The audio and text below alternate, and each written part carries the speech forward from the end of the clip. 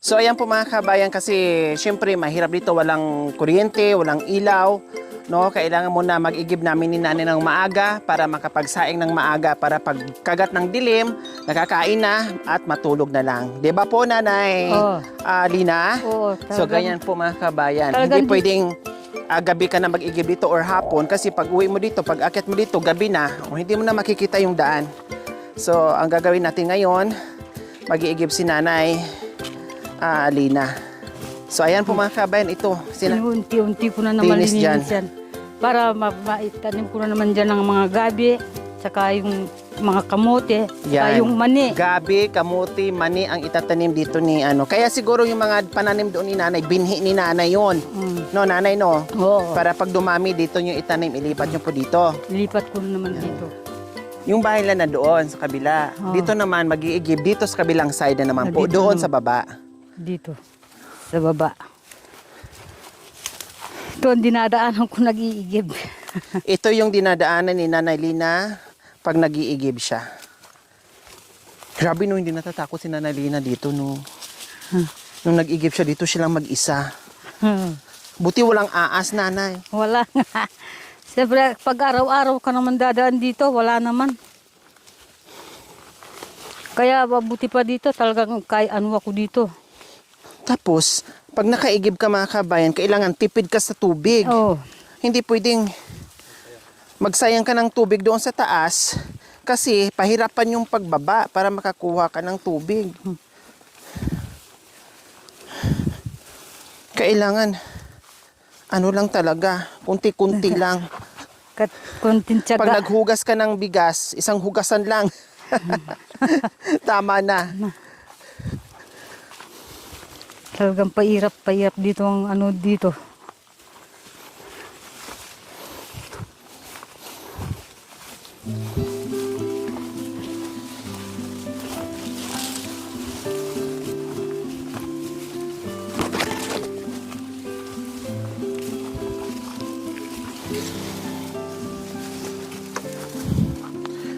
Walang pinagkaiba doon mga kabayan. Ito. Yung dinaanan natin ngayon papuntang igiban ni nanay kaysa doon sa papunta sa kanila. Diyos ko, kailangan ka rin gagapang-gapang dito. Talaga hindi na ano yung daon ng ano. Dito ako nag-iigib. Ito. So, O, ayan mga kabayan, bukal ito mga kabayan. Sabi ko nga marami ng daon ng ano kasi. Opo, kasi wala ng ano. 2 araw ko nang hindi nalinis. Opo. So, Pag ayan. nililinis ko ito hanggang doon, inaalis ko yung ano. Ay, ano po yan dyan, nanay? Pinag-aanuhan na pag nagbabantay sila ng ibon. Diyan. Bakit may ibon po dito? Maliliit na ibon. Saan? Saan pupunta? Diyan, pag gusto nang uminom, doon sila uiinom sa ano. Taguan nila, ganyan. Oo. Tapos, babarilin. Tiradol. Ay, tirador. Ayan po mga kabayan. Akala ko ano dyan. Akala ko, bahay. No, yung pala, ginawa nila ng ganyan, pagtataguan nila para pag nanghuli sila ng ibon, diyan sila magtatago at tinitirador nila ang ganyan. Bakit may mahabang ano, nanay? Yan nga ang pupunta doon sa kanila sa may drum, sa baba. Para supply doon sa baba. Oo. So Kaya ito mga kabayan, ibig sabihin, itong tubig na ito, no, may malaking hose mula dito papunta doon sa baba kasi supply doon sa mga tao doon sa baba pa mga kabayan na may mga bahay. Ito, ito na yung inumin. Kasi yung 2 araw nga hindi ka ano. Kaya ngayon lilinisin ko, alisin ko na naman yan. Pag malinis yan, taga yung tubig niya, malinis na malinis. Kaya lang, 2 araw na hindi nalinis. Pag nilinis nyo po, kundi alisin yung tubig. Alisin ko nga yung tubig. Tapos panibago. Panibagong tubig na naman. Iniinom. Yung ito. Opo. Dahil may daw na naman ng ano, pansain ko na lang yun. Inigib ko noon, yan ang iinumin dahil yan, malinis yun. Pero kahit yung dahon, hindi naman marami yung dahon Okay lang yun. Talagang ganyan, dahon naman yan na hindi galing dito, nagkalaglagan. Nalaglag na. Bukal pala yan, nanay, Oo, dyan. hindi maalis ang tubig niyan, kahit na ano. Kaya gustong-gusto nila nag-ano ng ano dyan, ibon. Kasi dito nga sila iinom. So ayan po mga kaibigan, ito yung iniigiban ni Nanay Lina. Pangsaing, pang-inom nila. Kailan ngayon, nakakuha na sila noong nakaraan. No, Safety nakatabi na na yung pang-inom nila. So, yung panghugas-hugas at pangsaing-saing, ito ang kukunin niya ngayon. Ngayon, iyan, lilinisin ko na naman ngayon yan. Para... Ibig sabihin kayo ang nagmimintin dito, naglilinis nanay. Oo, ako naglilinis. Para doon sa kanila din, luminis din yung tubig nila. Pag Wow, ang lininis bait ko. ni nanay. So, saan yung tabo gagamitin natin? Ito Yeah, po? ito. Oh, ito. Para ngayon, kung minsan dyan pa ako nakapaglalaba kahit 2-3 piraso lang ng damit. Ha? Dito po? Oo, kaya minsan, paano kaya hindi kapag tsagaan yung tatay Tony ninyo pag gusto na 3 araw hindi pa siya nakapaligo. Ay, punta tayo doon sa may bukal doon. Gusto ko na maligo. Ila muna naman. Ibig sabihin pumunta dito si tatay para maligo. Oo, ila muna naman yun. Lagyan ko na naman yung ito. Sige. Dahil hindi niya matiis yung init. Talagang... Pero malamig yung tubig, nanay. Malamig nga. Opo. Hindi naman to basta-basta nauubos. Hindi. Kaya doon sa kanila, ilang bahay yan. Basta yung lahat na bahay na nandyan sa baba. Diyan sila nag-ano ng tubig. Malakas naman po yung ano doon. Oo. Katulad ngayon, ngayong gabi, mag-ano sila doon dahil yung mga bata mag-aaral na naman bukas. Mayroon silang gagamitin na tubig maligo.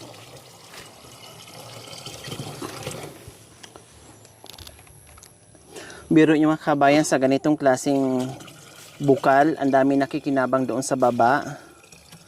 No na dito umaasa. Ang sarap ng tubig, malamig. Yan, in fairness po mga kabayan, ang linaw. Ang linaw ng tubig.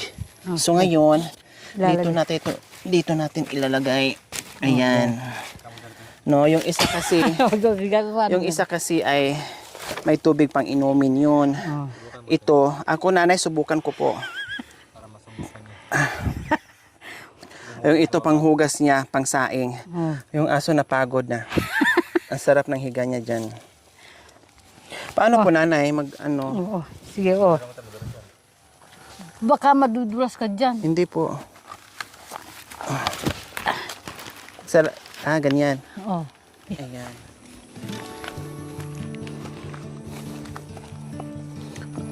Diyos ko, ang hirap pala nito pag paakyat kasi lalo kang pa-backward na. Tapos pag gumulong ka, doon ka na sa baba, pulutin. Ay, nako, buhay. Ay. Oh, may gulay. Sana yung hawakan. Sigurado ka, ha? So ganyan po mga kabayan ang ginagawa ni nanay sa edad na 70 years old. 'Di ba? Tayo nga hirap lalo na sa sitwasyon ni nanay. Ano ba 'yun? May humihila. Kaya ba? Opo. Nakayanan nyo nga po eh.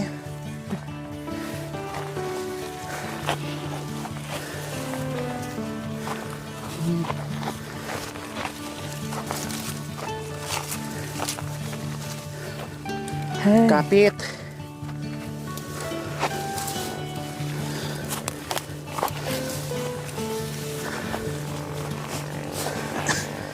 Ay, Diyos ko. Ay. Kailangan mag-practice ako, nanay. Para ako na mag-iigib sa inyo. Hindi na kayo mahirapan. Ay, yaso. Ay, apo. Ay.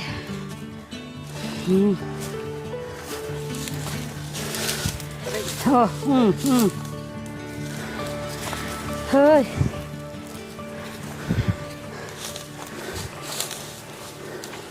Woohoo! Diyos ko. Ilang taon na po kayo dito nakatira, nanay? Matagal na mayroon ng simulat na hindi na siya nakakita. Pumutok ang volcan talagang dito na kami Kumbaga, sa tirahan na ito, sa lugar na ito, yung ginagawa niya araw-araw, dito na kayo tumanda. Dito na talaga kayo tumanda. Pero ako mga kabayan, ngayong araw ko lang ito naranasan. Parang pagod na ako. Bigla ako naging senior. Pero bakit si nanay hindi napapagod? Ay, Ang lakas pa din. Diba? Dito, isang linggo, wala na. Mapupudpud na yung tuhod ko. Talagang wala. Diyos ko, Lord.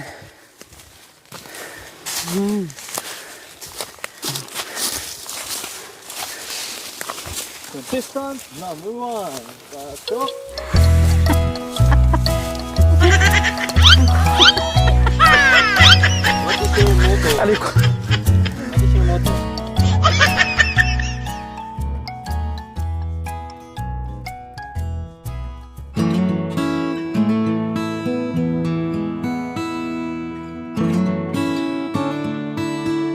Para mababali yung liig ko.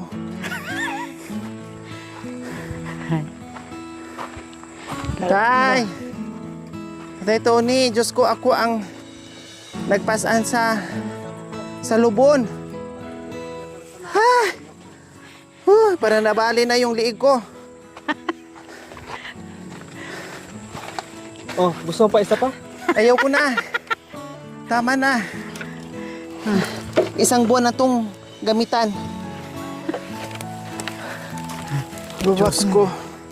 ay, Na-experience ko rin po mga kabayan kung gaano kahirap. Mahirap as in. Wala pa, hindi pa kasama to. nung dinala Pero ko kung yun. kasama siguro hindi ko na kaya. Tanggal na talaga ang ano ko dyan, tuhod. Hindi na Ay, kaya. Diyos ko. Ay, wala. Hindi naman bigla ang paglabo nito eh. Unti-unti lumalabo. Habang tumatagal po.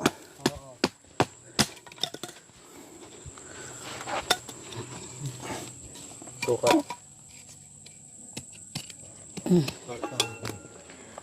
Kahit kung paano taas yung buwan. Ay, ano pala to? Gas? Gasolina? Ay, diesel pala. Uso dito diesel, no?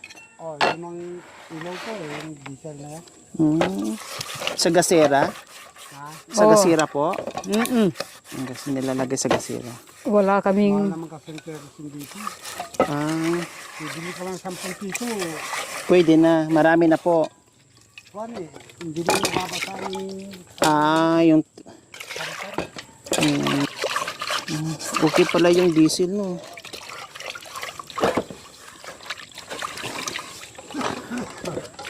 Ayan.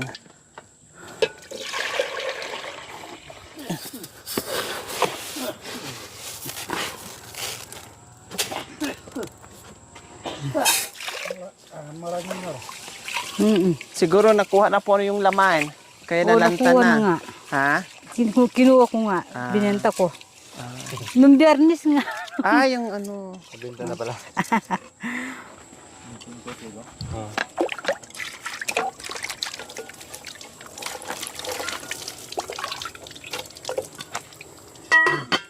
Yan, magsaing ng maaga. Pag ikaw'y taga bundok, pag ikaw'y taga probinsya, magsaing ka ng maaga. Lalong-lalo na pag wala kang ilaw. Kasi kakain din ng maaga.